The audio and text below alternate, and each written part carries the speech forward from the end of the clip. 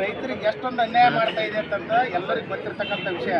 ಆದರೂ ಕೂಡ ಬೆಳಗಾವಿನಲ್ಲಿ ರೈತರು ಹೋರಾಟ ಮಾಡಬೇಕಾದ್ರೆ ನಮ್ಮ ರಾಜ್ಯಾಧ್ಯಕ್ಷರು ಕುರ್ಲಾಪುರ ಕ್ರಾಸಲ್ಲಿ ಹೋರಾಟ ಮಾಡಬೇಕಾದ್ರೆ ಹಗಲು ರಾತ್ರಿ ಅಲ್ಲೇ ಮಾಡ್ಕೊಂಡು ಅವ್ರು ಹುಟ್ಟುಹಬ್ಬ ಇದ್ರ ಸಹಿತಕ್ಕೆ ಅಲ್ಲೇ ಕಳೆದು ರೈತರೊಂದಿಗೆ ಕೈ ಜೋಡಿಸಿ ಸಲುವಾಗಿ ಅಲ್ಲಿ ಹೋರಾಟ ಯಶಸ್ವಿಯಾಗಿ 3,300 ರೂಪಾಯಿಗಳನ್ನು ಮುಖ್ಯಮಂತ್ರಿ ಎಲ್ಲ ಶುಗರ್ ಫ್ಯಾಕ್ಟ್ರಿ ಮಾಲಕರಿಗೆ ಕರೆಸಿ 3,250 ಸರ್ಕಾರ 50 ಸೇರಿಸಿ 3,300 ತಗೊಂಡು. ಆದರೆ ತಾರತಮ್ಯ ಯಾಕೆ ಬೆಳಗಾವಿ ರೈತರಿಗೆ 3,300 ಕೊಟ್ಕೊಳಕ ಕಲಬುರಗಿ ರೈತರಿಗೆ ಯಾಕೆ ನೀವು 3,000 ಕೊಡ್ತೀರಿ? ಈ ರಾಜ್ಯದ ಎಲ್ಲ ಕಡೆನೂ ಒಂದೇ ರೇಟ್ ಕೊಡ್ಬೇಕಂತಕ್ಕಂಥ ನಮ್ಮ ಹೋರಾಟದ ಮುಖ್ಯ ಉದ್ದೇಶ ಅದ. ಅದೇ ರೀತಿಯಲ್ಲಿ ಅಫ್ಜಲ್ಪುರದಲ್ಲಿ ಸತತ 5 ದಿನ ಹಗಲು ರಾತ್ರಿ ಧರಣಿ ನಡೆದಿತ್ತು. ಆವಾಗಿನ ಫುಡ್ ಇನ್ಸ್ಪೆಕ್ಟರ್ ಆಫೀಸರ್ ಬಂದು 3,161 ರೂಪಾಯಿ 92 ಪೈಸೆ ಅಧಿಕೃತವಾಗಿ ಘೋಷಣೆ ಮಾಡೋರು. ಆ ಸಂದರ್ಭದಲ್ಲಿ ಕಾಂಗ್ರೆಸ್ನ ಸ್ಥಳೀಯ ಶಾಸಕರಾಗಿರ್ತಕ್ಕಂಥ ಎಂ.ಆರ್. ಪಾಟೀಲರು, ಮಾಜಿ ಸಚಿವರಾಗಿರ್ತಕ್ಕಂಥ ಮಾಲೀಕರ ಉಪಸ್ಥಿತಿ ಒಳಗೆ ಎಲ್ಲ ತಹಸೀಲ್ದಾರು, ಎಲ್ಲ ಅಧಿಕಾರಿಗಳು, ಎ.ಸಿ ಎಲ್ಲರೂ ಇದ್ದು ಸಮ್ಮುಖದಲ್ಲಿ ಘೋಷಣೆ ಮಾಡ್ಯಾರ. ಆ ಘೋಷಣೆ ಮಾಡಿರ್ತಕ್ಕಂಥ ಅಧಿಕಾರಿಗೆ ಜಿಲ್ಲಾಧಿಕಾರಿಗಳು ನೋಟಿಸ್ ಕೊಡ್ತಾರ, ನೀನು ಯಾಕೆ ಎಷ್ಟು ಘೋಷಣೆ ಮಾಡಿದೆ ಅಂತೇಳಿ.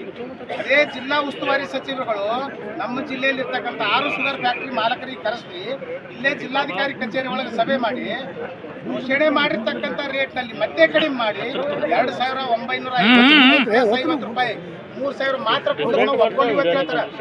ಯಾವ ಉಸ್ತುವಾರಿ ಸಚಿವರು ರೈತರ ಬೆನ್ನಿಗೆ ನಿಂದ್ರ ಬಿಟ್ಟು ಈ ಶುಗರ್ ಫ್ಯಾಕ್ಟ್ರಿ ಲಾಭಿಗೆ ಮಾಡಿದ್ದು 2,950 ರೂಪಾಯಿಗೆ ಒಪ್ಸಲಿಕ್ಕೆ ಪ್ರಯತ್ನ ಮಾಡ್ತಾರೆ. ಇದಕ್ಕೆ ನಮ್ಮ ರೈತರದು, ನಮ್ಮ ಯಾವುದೇ ಈ ಜಿಲ್ಲೆ ಎಲ್ಲ ರೈತರದ್ದು ಒಪ್ಪಿಗೆ ಇಲ್ಲ. ಮುಂದಿನ ದಿನಗಳಲ್ಲಿ ಇವತ್ತೇನು ಅಧಿವೇಶನ ನಡೆದದ, ಈ ಅಧಿವೇಶನ 10 ದಿನಗಳ ಕಾಲದ, ಅಂದರೆ 5 ದಿನ.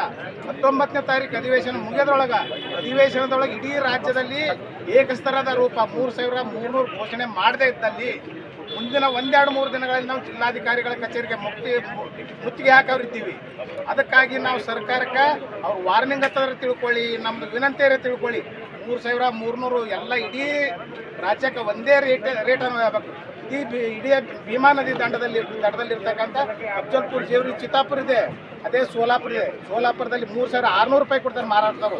ನಮ್ಮ ಅದೇ ಭೀಮಾ ನದಿ ನೀರು ಬಿಡ್ತಕ್ಕಂಥಲ್ಲಿ 3,000 ರೂಪಾಯಿ ಕೊಡ್ತಾರೆ. ಇದು ಯಾಕೆ ತಾರತಮ್ಯ?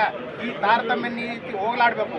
ಆಮೇಲೆ ಮೊನ್ನೆ ಆರ್ ಅಶೋಕ್ ಅವ್ರು ಬರ್ತಾರಂತೇಳಿ ನಾವು ಹೋರಾಟ ಹಮ್ಮಿಕೊಂಡು ಪ್ರೆಸ್ ಮೀಟ್ ಮಾಡಿದಾಗ ಅವಾಗಿಂದ ತಕ್ಷಣ ಏನೋ 1,000-1,500 ಬಿಡುಗಡೆ ಮಾಡಿದ್ರು. ಎದಕ್ಕೆ ಮಾಡಿದ್ರು?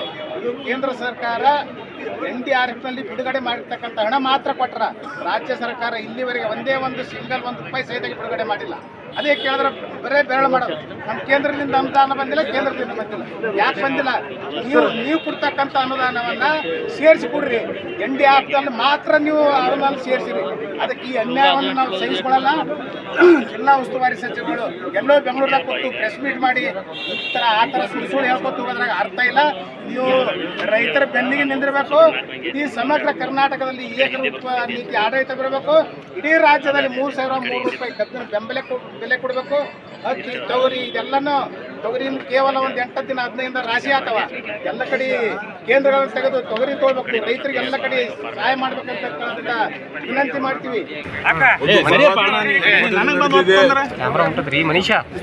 ನಮ್ಮ ಭಾಗದ ರೈತರಿಗೆ, ನಮ್ಮ ಭಾಗದ ರೈತರಿಗೆ, ನಮ್ಮ ಕಲಬುರಗಿಯಲ್ಲಿ ಯಾವುದು ಬಿಸ್ನೆಸ್ ಇಲ್ಲ, ಯಾವುದು ವ್ಯಾಪಾರ ಇಲ್ಲ, ಜನರಿಗೆ ಕೇವಲ ತಮ್ಮ ಹೊಲದ ಮೇಲೆ, ತಮ್ಮ ಬೆಳೆ ಮೇಲೆ ಜೀವನ ನಡೆಸುವಂಥ ರೈತರಿಗೆ ಇವತ್ತು ಕಾಂಗ್ರೆಸ್ ಸರ್ಕಾರ ಘೋರ ಅನ್ಯಾಯ ಮಾಡಿದೆ. ಎಂದು ಬರಲಾರದಂಥ ಮಳೆ 400 ವರ್ಷದ ಇತಿಹಾಸದಲ್ಲಿ ಇಷ್ಟು ಮಳೆ ಆಗಿರಲಿಲ್ಲ. ಇವತ್ತು 80% ಅಲ್ಲ 100% ಬೆಳೆ ಹಾನಿಯಾಗಿದೆ. ಸರ್ಕಾರ ಪರಿಹಾರ ಸರಿ ಕೊಡ್ತಾ ಇಲ್ಲ. ಅದಲ್ಲದೆ ಇವತ್ತು ನಮ್ಮ ಕಬ್ಬಿನ ಬೆಳೆಗಾರರಿಗೆ ನಮ್ಮ ಅಧ್ಯಕ್ಷರು ಬಗ್ಲಿ ಅವರು ಹೇಳಿದ್ರು, ಸವಿಸ್ತಾರವಾಗಿ ನಮ್ಮ ಬಸವರಾಜ್ ಅವರು ಹೇಳಿದ್ರು, ಇವತ್ತು ಫ್ಯಾಕ್ಟ್ರಿದವರು ಅವರಿಗೆ ಅವರ 1 ಕ್ವಿಂಟಲ್ಗೆ 1 ಟನ್ನಿಗೆ 3,190 ಕೊಡ್ಲಿಕ್ಕೆ ರೆಡಿ ಇದ್ದಾರೆ. ರೆಡಿ ಆಗಿದ್ದನ್ನ ಇವತ್ತು ಇಲ್ಲಿ ಸರ್ಕಾರ ಉಸ್ತುವಾರಿ ಮಂತ್ರಿ ಆಫೀಸ್ಗೆ ಅಂಜಿಸಿ ಹೆದರಿಸಿ ಅಷ್ಟು ಕೊಡಬಾರ್ದು ಅಂತ ಹೇಳಿ ಅದು ಆರ್ಡರ್ ವಿಡ್ರಾ ಮಾಡಿದ್ದಾರೆ. ಇಂಥ ಸರ್ಕಾರ ಯಾರು ಎಂದು ನೋಡಿದಿಲ್ಲ. ಅದಕ್ಕೆ ನಾವೆಲ್ಲರೂ ಧಿಕ್ಕರಿಸ್ತೀವಿ. ಅದಲ್ಲದೆ ಇವತ್ತು ಸರ್ಕಾರ ನಮ್ಮ ರೈತರ ಸಮಸ್ಯೆಯನ್ನು ಬಗೆಹರಿಸಲಾರದೆ ಇವತ್ತು ತಮ್ಮ ಸರ್ಕಾರ ತಮ್ಮ ಕುರ್ಚಿ ಉಳಿಸ್ಕೊಳ್ಳಿಕ್ಕೆ ತಮ್ಮ ಮುಖ್ಯಮಂತ್ರಿ ಕುರ್ಚಿಗಾಗಿ ಇವತ್ತು ಕುಸ್ತಿ ಆಡ್ತಾ ಇದ್ದಾರೆ. ಅದಕ್ಕೆ ಇವತ್ತು ಇಡೀ ಕಲಬುರಗಿಯಲ್ಲಿ ಭಾಳಷ್ಟು ಅಮಾಯಕರಿದ್ದಾರೆ. ಅವರು ದನಿ ಮ್ಯಾಗ್ ಮುಟ್ಟಲ್ಲ. ಇವತ್ತು ನಮ್ಮ ರಾಜ್ಯಾಧ್ಯಕ್ಷರು ವಿಜೇಂದ್ರ ಅವರು ನಾಳೆ ಬೃಹತ್ ಪ್ರತಿಭಟನೆ ಬೆಳಗಾವಿಯಲ್ಲಿ ಮಾಡ್ತಾ ಇದ್ದಾರೆ. ನಮ್ಮ ಜನರು ಕೂಡ ಹೋಗ್ತಾ ಇದ್ದಾರೆ. ಅದಕ್ಕೆ ನಾವೆಲ್ಲರೂ ಇವತ್ತು ಯಾವ್ದು ಪಾರ್ಟಿ ಇಲ್ಲ, ಜಾತಿ ಇಲ್ಲ, ಯಾವುದೂ ಇಲ್ಲ, ಎಲ್ಲರೂ ಸೇರಿ ಇವತ್ತು ನಾವು ಸರ್ಕಾರಕ್ಕೆ ಹೆಚ್ಚಿಸಬೇಕಾಗ್ತದೆ. ನಮಗೆ ಇವತ್ತು ನಮ್ಮ ಬೊಮ್ಮಾಯಿ ಸರ್ಕಾರ ಇದ್ದಾಗ ನಾವೆಲ್ಲ ಅವಾಗ ನಾವು ಕೇಳಲಾರ್ದೆ, ರೈತರಲ್ಲಿ ಕೇಳಲಾರ್ದೆ ಒಬ್ಬೊಬ್ಬ ರೈತರಿಗೆ ಕನಿಷ್ಠ 35,000ರಿಂದ 40,000 ಪ್ರತಿ ರೈತರಿಗೆ ಹಣ ಸಿಕ್ಕದ. There is a record.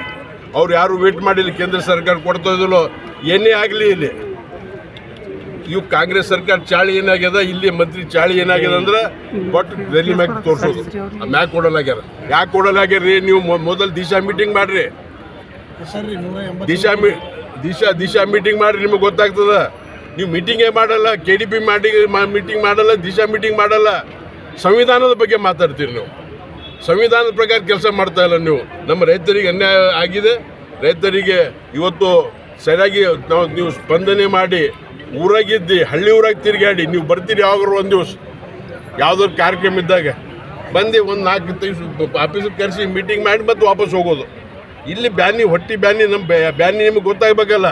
ಅದು ನಿಮಗೆ ವಿನಂತಿನೂ ಮಾಡ್ತೀವಿ, ಆಗ್ರಹನೂ ಮಾಡ್ತೀವಿ, ಒತ್ತಾಯನೂ ಮಾಡ್ತೀವಿ. ನೀವು ಇಲ್ಲಿ ಲಕ್ಷ್ಯ ಜಾಸ್ತಿ ಕೊಡ್ರಿ, ಇಂಟರ್ನ್ಯಾಷನಲ್ ಲೆವೆಲ್ ವಿಚಾರ ಮಾಡಬೇಡ್ರಿ. ನಿಮಗೆ ಓಟ್ ಹಾಕಿ ಯಾರು ಗೆಲ್ಲಿಸ್ಯಾರ, ಅವ್ರ ಬಗ್ಗೆ ವಿಚಾರ ಮಾಡಿರಿ. ಇವರು ಹೆಗಲ್ ಮ್ಯಾಗ ನಿಂತು ಬೇರೆ ರಾಜಕೀಯ ಮಾಡ್ಲಿಕ್ಕೆ ಹೋಗ್ಬೇಡ್ರಿ. ನಮ್ಮ ರೈತರಿಗೆ ನ್ಯಾಯ ಕೊಡ್ರಿ ಅಂತ ಹೇಳಿ ನಾವೆಲ್ಲರೂ ನಮ್ಮ ಜೊತೆ ಭಾಳ ಜನ ಬಂದಿದ್ದಾರೆ. ಎಲ್ಲ ರೈತರಿಗೆ ಕೈ ಜೋಡಿಸಿ ಧನ್ಯವಾದ ಮಾಡ್ತೀವಿ. ಇವತ್ತು ಬಹಳಷ್ಟು ಮದುವೆ ಕಾರಣ ಎಲ್ಲ ಇದ್ರೂ ಕೂಡ ತಾವು ಬಿಟ್ಟು ಇಲ್ಲಿ ಬಂದಿದ್ದೀರಿ. ಭಾರತೀಯ ಜನತಾ ಪಾರ್ಟಿಗೆ ನೀವು ಶಕ್ತಿ ಕೊಟ್ಟಿರಿ. ನಿಮಗೆ ಧನ್ಯವಾದ ಹೇಳಿ ಎರಡು ಮಾತು ಮುಗ್ತೀನಿ. ಜೈ ಹಿಂದ್, ಜೈ ಕರ್ನಾಟಕ.